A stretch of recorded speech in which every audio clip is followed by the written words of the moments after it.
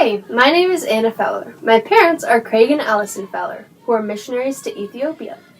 For the past 19 years, my family has been working with the Gumus and the Oromo people, both in rural villages where we have run health clinics and dug water wells, and in the capital city of Addis Ababa, where my dad acts as the team leader and my mom is the field business administrator. In addition to these roles, my parents minister to the people of Ethiopia in a variety of other ways. Here are the 5 primary ways that we do missions and work with the Gumus and the Oromo people of Ethiopia.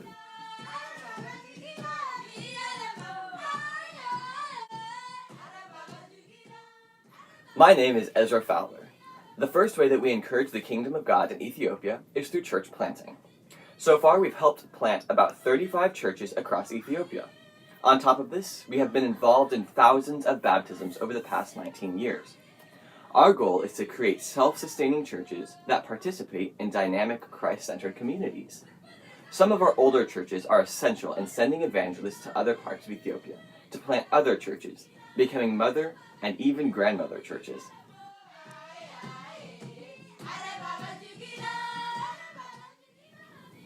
My name is Allison Fowler. Providing clean drinking water by drilling freshwater wells in remote villages and facilitating a community health education program for those villages has been a core part of our ministry for a long time. Not only does it create healthier communities with fewer waterborne illnesses, it also acts as a catalyst for us to develop deeper relationships with people, which oftentimes will eventually lead to planting a church in that area. So far, we've drilled 17 water wells in 10 communities across the Gumus region.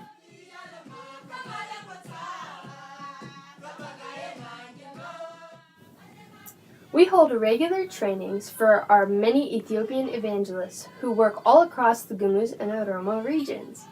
These trainings are held in our 2 training centers located in Asosa and Burayu, and we focus on helping evangelists develop their teaching and preaching skills, as well as church finance, Bible knowledge, and leadership, and the ability to minister to Muslims, women, and youth. Training evangelists is the backbone of our ministries in Ethiopia, since oftentimes it is these evangelists that go out into our remote villages and work with the local people there.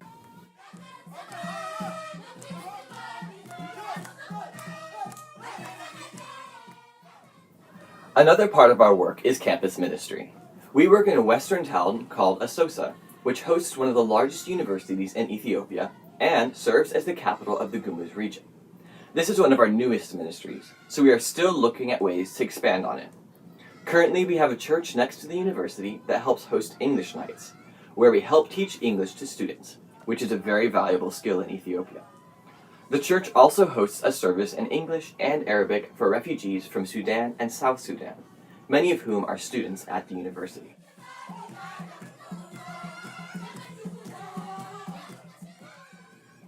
Finally, we work in 2 local prisons in the Gumus region, the Gilgabelis prison, where we've provided an electrical generator, and also in the Asosa prison, where we've provided a generator, a water well, over 100 beds, and a bread oven that helps feed over 1,300 prisoners and guards. On top of this, we regularly provide medicine for the prison clinic and hygiene and childcare items for the separate women's section in the prison. We also regularly do spiritual outreach to the prisoners through weekly programs and developing relationships.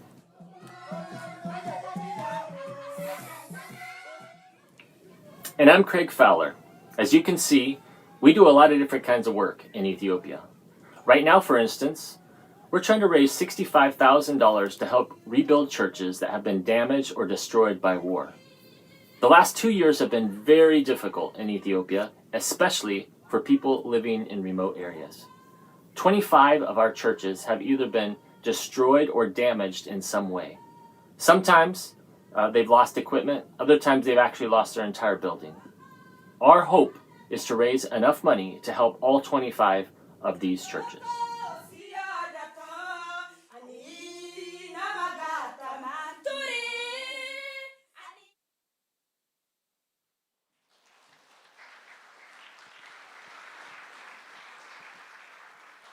Good morning. My name's Allison, and it's really good to be here with you guys this morning. I'm not originally from Oregon, but have come to Oregon a lot over the years since I met Craig, who grew up here in Salem, and have come to love Oregon, love the coast, and we have a lot of special family memories at the coast from coming here over the years. So we're super thankful to have Zane and Lydia with us this morning, who Josh already mentioned. And you saw our other two kids in the video, Ezra and Anna. Ezra is a junior in college this year, and Anna is transitioning to living in the States. So we're spending an extended period of time here in the U.S. this year, as she graduated from high school last summer and is really this year living in the U.S. for the first time. So we're super happy to be here, also be here for Zane and Lydia's wedding this year, and are thankful to have a little bit more time. We have been in Ethiopia for about 20 years, and you guys have partnered with us for a very long time. So all the things that we do in Ethiopia, the things we mentioned in the video, are all things that we couldn't do without partners like you. So we would just want to really express our gratitude and appreciation for partnering with us to minister in Ethiopia. We mentioned in the video that we're coming off a period of civil war, and the past couple years has been a time of just incredible growth that we've seen in our churches. Craig will share a little bit about that, but we have seen a lot of church growth, a lot of baptism, so we're thankful to see the way God has worked despite the Civil War. So anyway, I just wanted to greet you and say thank you, and I'll turn it over to Craig. Thank you.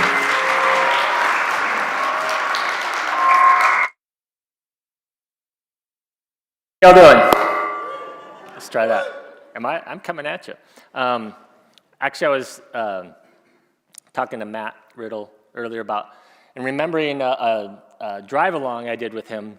This was a few years ago. When was that? I don't know, 5 years ago, something like that. And just how exciting it was. So my job today is to be that exciting today while I speak, to try to keep Matt awake, right? That's my goal for today. But it's really good to be back here. I grew up in this church. I was baptized in the sink over there. Actually, it used to be the baptistry, now it's the sink, the kitchen. Or is it still the kitchen? I haven't been there. It's the kitchen, wherever the kitchen is. That used to be the baptistry. Hopefully I will get this thing so it doesn't flop around on me, Josh. But it's just great. Actually, I was thinking about this. I was talking to Zane and Lydia on the way here this morning, and remembering that my parents, who were missionaries in Puerto Rico, when I was born, they were being supported by this church. So I've been supported by this church for a very long time on the mission field. But it's just great to be back with you. We're going to be looking at a really strange guy in this sermon today. His name is John the Baptist. I just want to start with this from Mark chapter 1.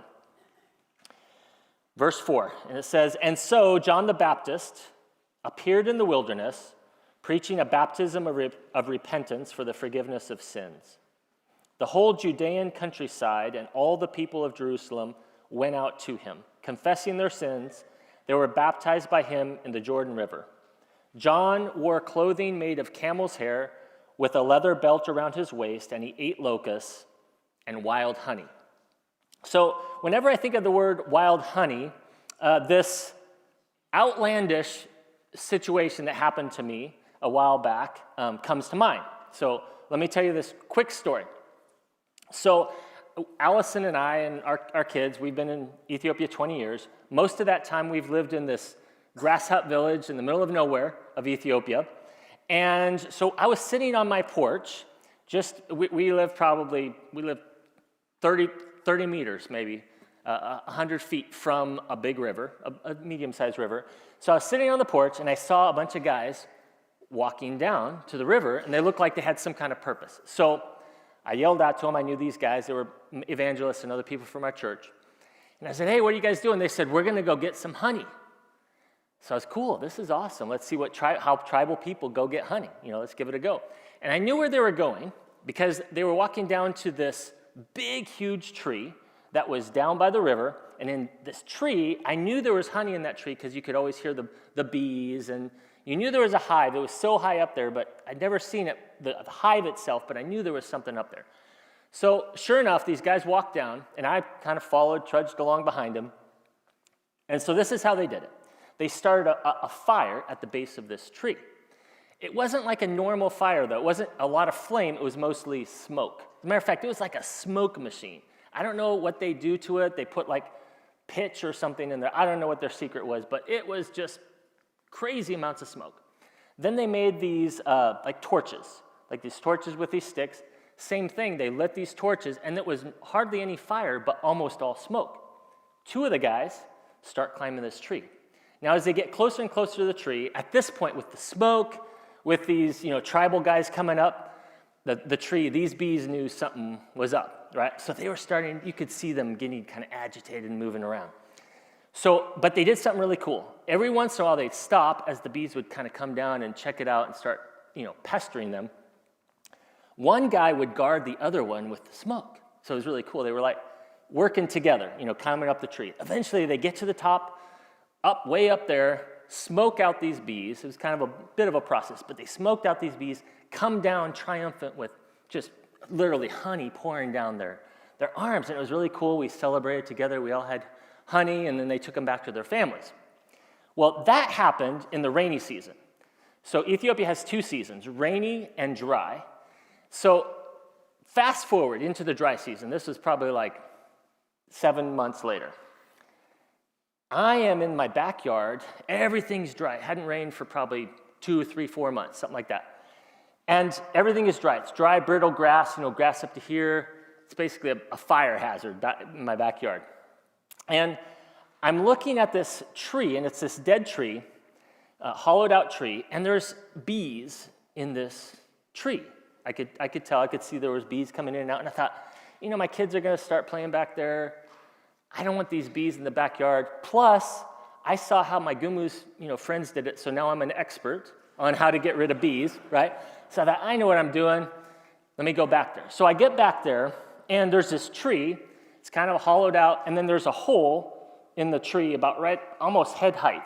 And I could see the bees were coming in and out of there. So I thought, this will be easy, right? First thing you do is you start a fire, right? That's what you're supposed to do. I was trying to go back mentally. And I thought, I can't just start a fire. I'm going to start a forest fire out here. This is in the middle of the forest, but it was also, really dry. So I thought, instead of starting a fire, why don't I just take gasoline? Yeah, you're right. So why don't I just take gasoline and just pour it down there and then throw a match in there and solve my problem, right? Yes, this is not going to end well. You can probably already tell. So I go find some gasoline. I'm thinking, how much gasoline do you need? I think 2 liters is enough. Let's try 2 liters. So I pour a whole bunch of gasoline down this hole, which was a little bit scary itself because there's bees out there and they know they get this idiot is doing something to us because they could smell it. It's a whole lot of gasoline. I poured a bunch of gasoline down there. At this point, they were very agitated. So I took this match. I was like, I can't just, drop a match down. Basically, it's like a cannon I created, And I think I can't just drop the match down there because I'm going to blow my head off, right? So I tried this, this throw the match kind of, business. Didn't work. You can't throw a match far enough to be out of range of, 2 liters of gasoline. So I thought, you know what? I've played basketball before, not very well, but, I can shoot a little bit. So I took this wadded up piece of paper, lit it, and then, shot for 3-pointer, hit it. I hit the shot, goes through the hole, down the hole, boom! I mean, this thing just blew up. And I was far enough away that it didn't really hurt me, but I was a little disoriented. So I kind of smoke clears a little bit, and I am thinking, I have completely set the entire forest on fire, I'm sure. But no, this is where I was looking. I thought, it's fine. There's smoke coming out, there's a little bit of a fire, but it looks like I pulled this sucker off. I was like, this looks pretty good. I waited a couple minutes, or really 5-10 seconds, and then I started seeing something. There was these sparks coming out of the tree, and I thought, uh-oh, there's probably a fire in there. And one of the sparks went over and landed in the grass, and I ran over there, put that out, but then another spark came over here and landed in the grass, and I ran out, putting it out, and then suddenly I realized there weren't just 1 or 2 sparks, there was 30, 40, 50 sparks coming out, and I realized it's not sparks. It's flaming bees.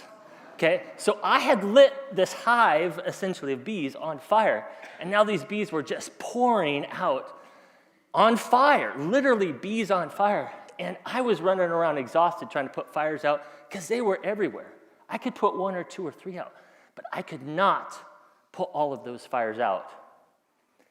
And I am sorry to say I lit my entire backyard on fire. I kind of lit more than my backyard on fire. It was really bad. Well, I want to talk to you a little bit about the gospel today. The gospel is a lot like those flaming bees. Actually, if you think about it, that's an image in our head of what the gospel is. It's like we light ourselves on fire. We create little fires all over by sacrificing ourselves, by giving of ourselves, by being the right person at the right moment to one of our friends or coworkers or people at the grocery store or whatever it is. We're like these bees that carry these little flames. Satan can put out a few of them, but he can't put all of us out, right? We work together. Well, the gospel spreads like a fire, but it starts by one person being willing to give of themselves, by being willing to be that person who starts the process, right? Just like one of those bees had to be let. Now, they didn't do it on purpose. I did it to them. So that in that sense, it's different for us, but that's the image I want you to keep in your head. Last month, I was talking to 2 of my evangelists. You saw we work with a tribal people in Ethiopia, and I was talking to these 2 evangelists, and they were telling me about the incredible growth. Allison alluded to it, the incredible growth of the gospel in one particular region called Metekel. Now, if you recall, from the video, there's a lot of, we're just coming off of a civil war. And so there's just a huge amount of turmoil going on in our churches for the last really 4 years. But they said as we came off that turmoil, as the war is starting to end, we're seeing some incredible growth. Since September, so September 11th is Ethiopian New Year, and it's also Lydia's birthday. I always remember Lydia, my daughter-in-law's birthday. But since September 11th, since Ethiopian New Year, we have seen in this one small area 4 new church plants, 4. And we've also seen 352 new baptisms, new believers. It's like it's spreading like a fire, right? Clearly, the good news of Jesus Christ is spreading like a wildfire in Metekel. And I want to show you a picture. There's a picture of my friend. His name is Saeed. Saeed is from this area, from Metekel. And I'm going to be telling his story today. I'm going to tell some of it right now, but I'm going to tell more of it later in the sermon, but just kind of keep him in mind. But Saeed is, he's Gumuz. He's an Ethiopian Gumuz. And his name is a Muslim name. He grew up in a Muslim family, but he came to Christ at one of our church plants in just a rural village, and he just got on fire for God. He just lit himself on fire and then started spreading little fires everywhere. He was part of 3 different church plants as he kept being on fire, just realizing God was doing something in his life and he wanted to do something in other people's life. We're going to come back to his story throughout our text because his story and the text have a lot in common. But today's focus is going to come from the book of Mark. That I started reading to you from the book of Mark about the life of John the Baptist. Well, the book of Mark begins with a really great phrase, actually the first 2 words of the book of Mark. And that phrase is the beginning. So I want you to keep this idea of those 2 words, the beginning, in mind as we talk about maybe what the book of Mark is doing or what Mark is trying to do. It seems like a reasonable way to start a book, right, at the beginning. It specifically says the beginning of the good news of Jesus the Messiah, the Son of God. But there's a kind of an odd turn that happens in the text right at this point. We're going to see that what Mark does is he is telling us about this guy named Jesus, but he starts by talking about someone else. He starts by talking about a guy named John the Baptist. We're going to get to that, but I want to really emphasize just this one point here. The way that Mark is trying to, it begins the story, is, I think, really important, this concept of the beginning. So let's just go ahead and read it. The beginning of the good news of Jesus the Messiah, the Son of God, as it is written in Isaiah the prophet. I will send my messenger ahead of you who will prepare your way, a voice of one calling in the wilderness. Prepare the way of the Lord, make straight paths for him. And so, John the Baptist appeared in the wilderness, preaching a baptism of repentance for the forgiveness of sins. The whole Judean countryside and all the people of Jerusalem went out to him, confessing their sins. They were baptized by him in the Jordan River. John wore clothing of camel's hair with a leather belt around his waist and ate locusts and wild honey. And this was his message. After me comes one more powerful than I, the straps of whose sandals I am not worthy to stoop down and untie. I baptize you with water, but he will baptize you with the Holy Spirit. And then we see that the text goes on to talk about how Jesus came to John out in the wilderness and was baptized by him. So, the beginning. This is the way, that story, that Mark begins his story. So when Mark wants to tell us about this Jesus guy, this Jesus character, he starts by telling us about this really odd prophet who ate grasshoppers, wild honey, and lived out in the middle of nowhere. Well, I mentioned this earlier, about 4 years ago, really, it was about 4 years ago, where there was a kind of the war started brewing in Ethiopia. And this war was really devastating to not only all of Ethiopia, but specifically to many of our churches. So what would happen is the rebel forces would come into an area, they would decimate a village, they would burn churches and shoot people and all kinds of stuff. Then the government would come in and do the same thing. So it's kind of a back and forth. And the real people who suffered were just the local villagers. One of the things that happened during this time is that the government would go into a village, they'd round up a bunch of the young men, just assuming that they were involved in the rebel fighting, and then they'd ship them off and keep them in prison for a while. And this is actually what happened to my friend Saeed. I mentioned him earlier. This is how it happened to him. So he was actually visiting a church plant that was a little bit, several days away from him, walk. And so he was coming back to his home, and he was passing through this town called Debrecen. Now, there's lots of different people groups in Ethiopia. Debrecen is populated mostly by another people group called the Shanasha. And the Shanasha and the Gumus are traditionally enemies. So he was kind of passing through this town, and the police in this town nabbed him, just because he was not, obviously, of the people group that lived in that area. Well, they put him in like this prison or this jail for a little bit, and then they transferred him along with a bunch of other people to this more permanent prison in a place called Gilgal-Belus. And it was crazy, but Saeed spent 2 years in this prison in Gilgal-Belus without a trial, without anything other than, we're just going to keep you here for a while. You can see on the screen, there's another picture of Saeed, and this one is of me and Saeed.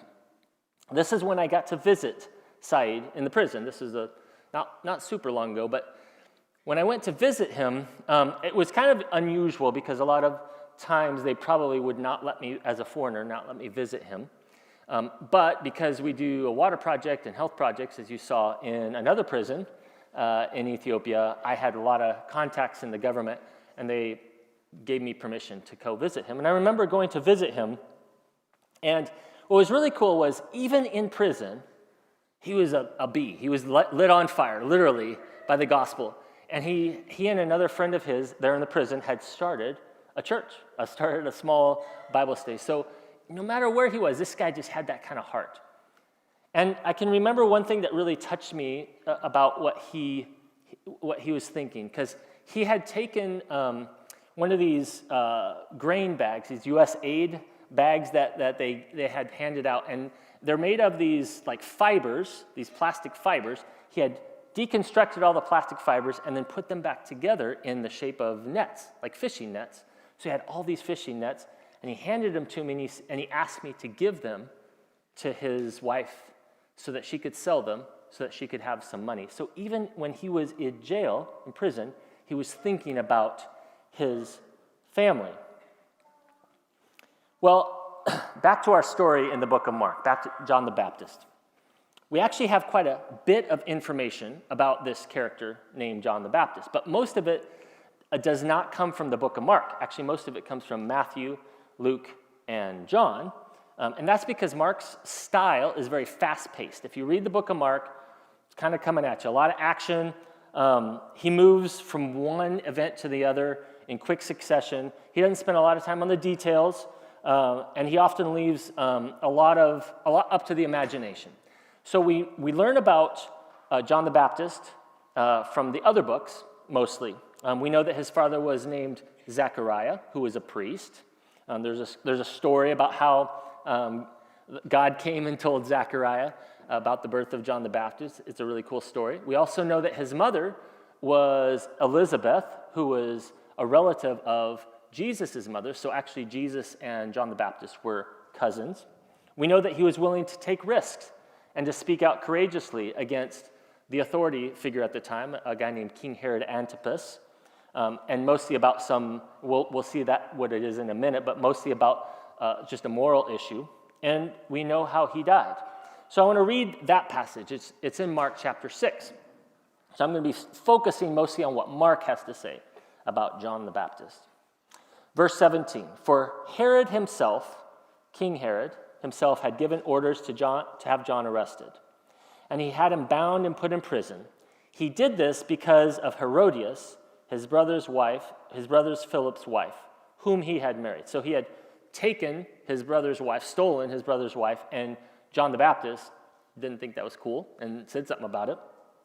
For John had been saying to Herod, it is not lawful for you to have your brother's wife.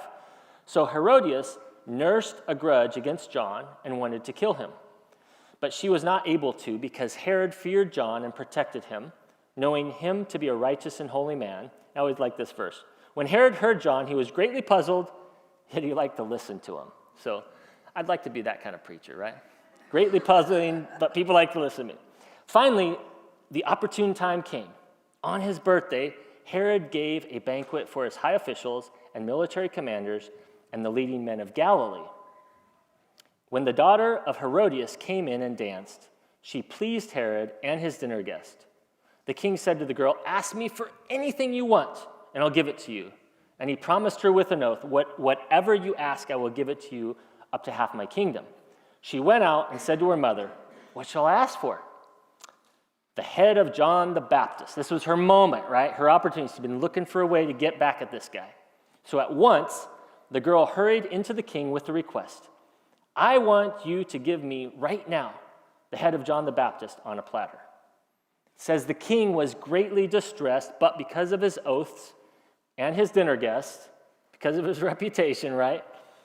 He did not want to refuse her. So he immediately sent an executioner with orders to bring John's head. The man went, beheaded John the Baptist, or John in the prison, and brought his head back on a platter. He presented it to the girl and gave it to her mother. And on hearing of this, John's disciples came and took his body and laid it in a tomb. So we're getting this fuller picture of this character, this enigmatic character named John the Baptist, right? He's really strange. He's a guy who lives out in the wilderness, right? He eats strange things, grasshoppers, wild honey. He dresses in these strange clothes. He preaches this strange message, and he's clearly got a lot of courage.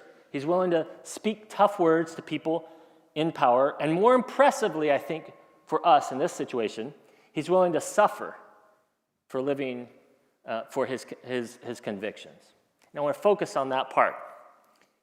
We might look at the story of John the Baptist, and we might recognize his courage and see him as one of those early heroes of the Christianity. But today I want to focus on how Mark portrays him, or how Mark talks about him. What is Mark trying to do with John the Baptist? What is the work he's trying to do by introducing this story? Let's take a closer look at it.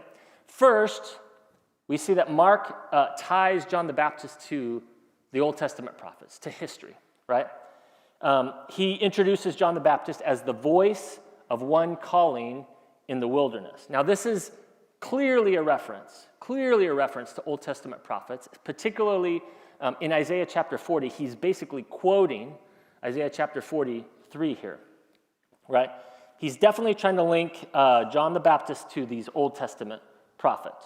So he does so by clothing him in the traditional garb, the traditional clothing of these Old Testament prophets, a camel's hair robe, leather belt, the whole deal, right? This is like literally a character out of our VBSs, right? He looks the part. He eats the part, right? He's eating grasshoppers. He's living off the land. He's a strange character.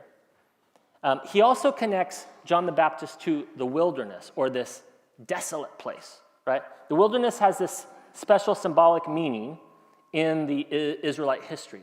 This is where the people of God wandered around for 40 years looking for the promised land. But the wilderness is more than just kind of a physically dry place. It's a spiritually dry place, or an emotional or psychologically difficult, desolate place. It's almost as if Mark is trying to emphasize or overemphasize this point. And it is this, that the beginning of the good news of Jesus Christ does not start in the halls of power, right, or wealth, or comfortable places. It starts with the voice of one calling out in the wilderness. I think this is important. It starts with one who is willing to live out and suffer for his strongly held beliefs. The beginning of the good news starts with someone who chooses to live a sacrificial life. That's where the gospel begins. And we see in the text that that's really attractive. People are drawn to that. They want to hear about this guy, right? People are attracted to people who are passionate, who are driven, who are excited, and even willing to suffer for their beliefs. I think there's such a dearth of authenticity, even in our own culture today, that when people see genuine self-sacrificial living, they want a piece of that, right? They want to be a part of that. And you can see that was true not only now, but also back then. People saw this guy. Yeah, he was weird. He lived out in the middle of nowhere, but he was clearly willing to sacrifice and self-sacrifice for his belief structure. It says the whole Judean countryside and all the people of Jerusalem went out to meet him. But this kind of conviction, this kind of integrity costs something. That's what I'll focus on today. It costs you something to be that kind of person. For John the Baptist, it cost him his head. We just read about that in Mark chapter 6. One way to interpret the death of John the Baptist is to see it as senseless. Actually, think about that. That's probably how a lot of people would look at it. It's the result of what? A spiteful woman using her immature daughter to take revenge on an enemy. That's actually one legitimate way to see his death. But today I want to point out that this is not the way the evangelist Mark interprets the death of John the Baptist. He interprets it with just two words: the beginning, right? It's the beginning of something. It's the way things start. It is through self-sacrifice. It's through being willing to suffer for your beliefs. It's being willing to live in uncomfortable places and do uncomfortable things that changes the world. It's the beginning. The life and death of John the Baptist was the beginning. It's the beginning of the life and ministry of Jesus, the Messiah, the Son of God. It's the beginning of people turning from their sins back to the Creator. It's the beginning of the proverbial desert or the dry place becoming a waterway, like the Jordan River, right? It's the beginning of hope where there was not hope. The life and death of John the Baptist, according to Mark, is the beginning of the way God takes this broken and this damaged people and makes them whole again. It's the beginning. So I was telling you about how I was meeting with my two evangelists. They were telling me about this area called Metekel and how just the gospel has been exploding there. 352 new believers since September, 4 new church plants. Clearly, something is happening in Metekel. And then I was thinking about it, and I couldn't help thinking about it. I was thinking about my friend Saeed. Saeed is from Metekel. he was detained in Metekel, in the prison. He was there suffering in Metekel, and he also died in Metekel. Not longer after I visited him in prison, I got this phone call from one of my other evangelists, and he told me that Saeed, in prison, had contracted malaria. Now, malaria is a disease that is pretty bad, but it's also curable. Actually, most people in my family have had malaria, so it's definitely curable. But in the prisons, his diet was terrible. He was in a bad situation. They had no medicines, and he literally died there in prison as he was just sitting there waiting for a trial. Some might consider Saeed's death as a senseless death. It's a death kind of similar to John the Baptist, which is probably why I kind of connect them in this story. He was arrested for a crime he didn't commit. He wasn't given a fair trial, and he died with a disease that had a cure. But I think there's a different way to think about my friend and his death. And it's the way I think about it. It was the beginning. Because it wasn't long after my friend Saeed died that we began to see incredible growth in the churches in Metekel. And I don't think it's by accident. We began to see that other evangelists, when they saw his courage, when they saw his willingness to suffer for his own faith, instead of being intimidated by that, they wanted a part of that. They wanted to be there. They wanted to be those kind of people. We saw that his willingness to sacrifice inspired not only other church leaders, but also other lay leaders in our churches. When I think about the life and death of John the Baptist, for me, I also think about the life and death of my friend Saeed, and both of them, both their lives and their deaths, can be interpreted in the same way as the beginning, right? And both of these martyrs, because both of them are martyrs, are crying out to us today, voices crying out in the wilderness, right? And what are they saying to us? They're asking us questions. Do you want to live lives of significance? Are you willing to sacrifice your comfort? Are you willing to set aside your own interests, your own security, your own agenda to be a part of what God is doing in the world? Don't be deceived. This kind of life, especially the lives that both of these men lived, is very difficult. It's very costly. John the Baptist lost his head in a prison in Jerusalem. Saeed lost his life to malaria in a prison in Gilgal-Belis. And not everyone who lives this kind of significant life dies in prison. I'm not trying to say that. What I am trying to say, though, is everybody who lives a life of significance has to sacrifice and give and be willing to put themselves, their comfort, their security, their own agenda to the side and live for something bigger than themselves. I don't know how that plays out in your particular life here in Salem. I can have some guesses, but ultimately you know what that means for your life. It probably doesn't mean you're going to get put in prison, but it does mean you're probably going to have to do some uncomfortable things. You're probably going to have to set your agendas aside.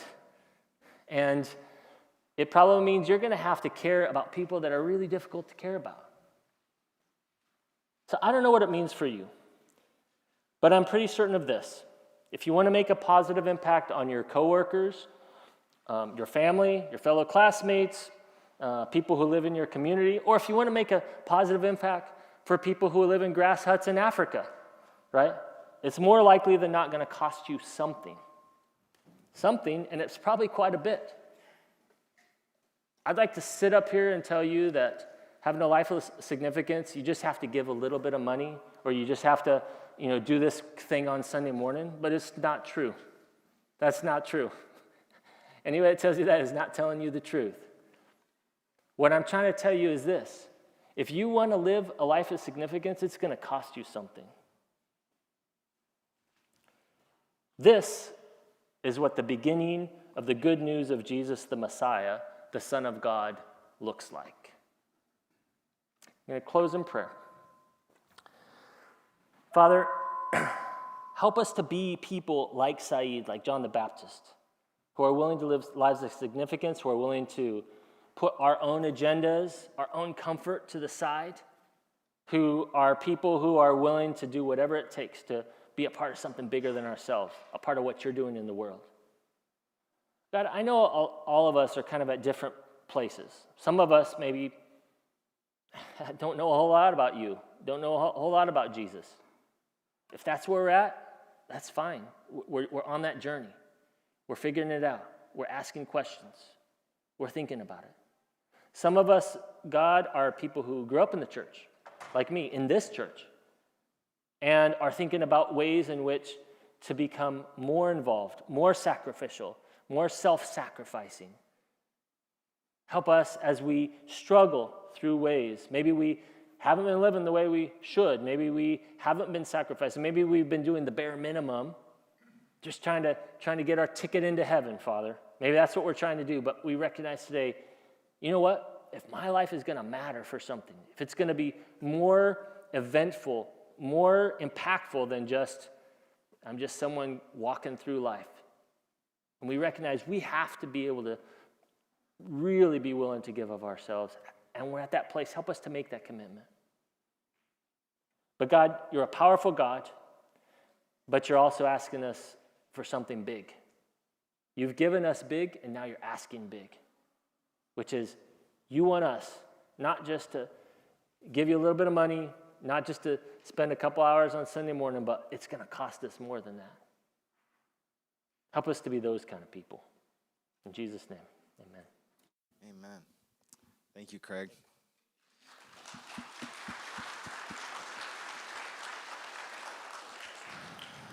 I want to thank Craig and Allison and your family for being here today and for sharing that message. One of the things as I was absorbing some of the really powerful things you were saying, Craig, I appreciate about you is that you're living out this message.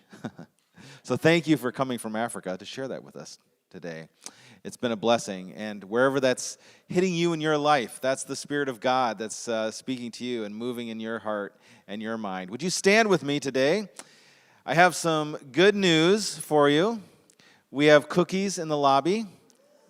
So we have a little cookie reception to be able to spend some more time with the Fowlers today, and I hope you take advantage of that and just spend time fellowshipping together as well.